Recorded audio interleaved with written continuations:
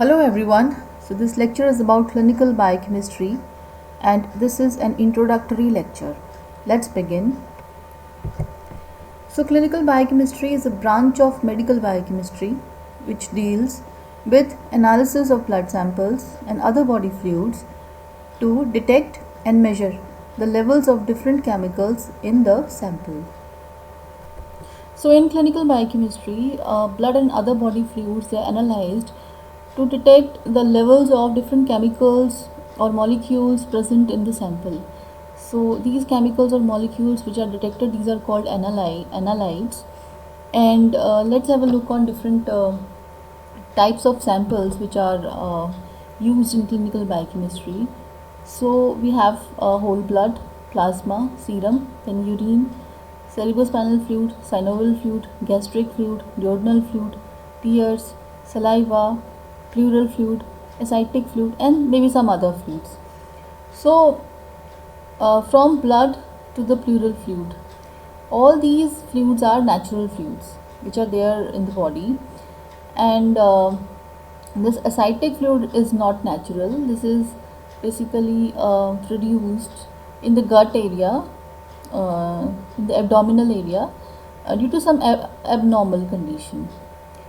So our body fluids, they have a normal biochemistry where chemicals or molecules, they are present in a normal range in a normal healthy individual.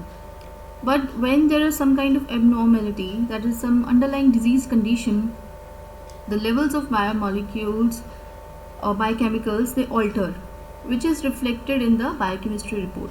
So let's take an example of glucose, blood glucose levels.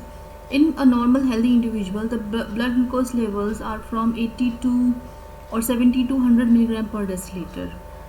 But in a disease condition called diabetes, the levels are much higher than this, which is reflected in the biochemistry of that is reflected in the biochemistry report. So let's move further. So there are two kinds of diagnostic tests that we have, invasive and non-invasive tests. The invasive tests, they are done by cutting and entering into the body, like blood test. So the diagnostic tests that we have in clinical biochemistry are mostly invasive with some exceptions. In clinical biochemistry, the tests which involve urine, saliva and tears, that comes under non-invasive category. They are non-invasive tests, and the test where the samples are drawn by cutting, making a cut, like in case of blood sample, blood sample is drawn by injecting a syringe into the body. So that's an invasive test. Okay. So non-invasive tests, they are not done by cutting or entering into the body. They are basically done by physical examination of the body using a stethoscope or a blood pressure machine or a thermometer, and by using rays, for example X-rays and ultrasound, and some other kinds of ways, some other ways. So this was about the invasive and non-invasive tests, and so let's move further. So the chemical or biomolecule which is detected or measured in the fluid is called, in a biofluid, is called an analyte. Okay, so as for example, blood glucose is an analyte, and so analytes, they are not only biomolecules present in the body fluid, they are also the minerals such as calcium, magnesium, phosphorus, iron, sodium, potassium. They are also present in, they are also analyzed in the body fluid. So they are also analytes. So if you take example of the chemical or biomolecules analytes, so this is glucose in blood and urine, then TSH, the thyroid stimulating hormone, T3 and T4 in blood, that is done for thyroid profile, then cholesterol, triglycerides, LDL, HDL in the blood for lipid profile, then alkaline phosphatase SGOT, SGPT, that is done in blood for lipid profile and so on, and there are number of examples. So in exam you can write more examples as you remember. So the physician or clinician looking after the patient sends the sample to the biochemistry laboratory in order to help make the diagnosis. Suppose if a patient comes with some kind of symptoms and doctor is not able to make a diagnosis just by looking at the symptoms, so he would send the patient to the biochemistry laboratory to get his blood test done, so that doctor can make the diagnosis. Then to confirm the diagnosis, suppose if a patient comes with symptoms and doctor has an idea, okay, the patient must be having this kind of disease, but in order to confirm, he would send the patient to get his blood test done to the biochemistry lab, okay, to confirm the diagnosis. So, then the third thing is screen for latent disease. So sometimes people have the latent disease. Latent disease means that the disease is there in the body, but symptoms are not there. Disease is there is some underlying abnormal condition, but symptoms are not there. So for the screening of latent disease, doctor can send patient to the clinical laboratory, biochemistry laboratory. And one example is latent TB infection, that is latent tuberculosis infection. So that is there among people, and for the screening of latent TB infection, TB blood test is there, because that infection can manifest after some time into the proper disease, the TB disease that we have. So then the next thing is help to evaluate the prognosis. So it is first important to understand what prognosis is. So if you look at the definition of prognosis, that is, let me just show you. This is a prognosis meaning in the Google, given in the Google.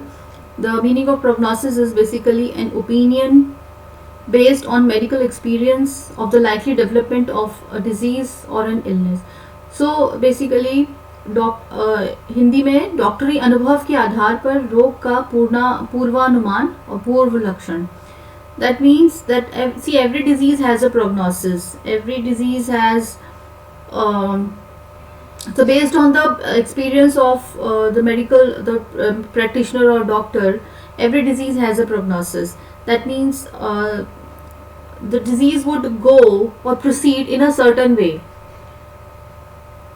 Okay, so it is a kind of prediction only. So doctor predict, okay, the person has this disease, and okay, now he is at this stage of the disease, and further in the coming time he will have this kind of symptom or this kind of thing happen to the person.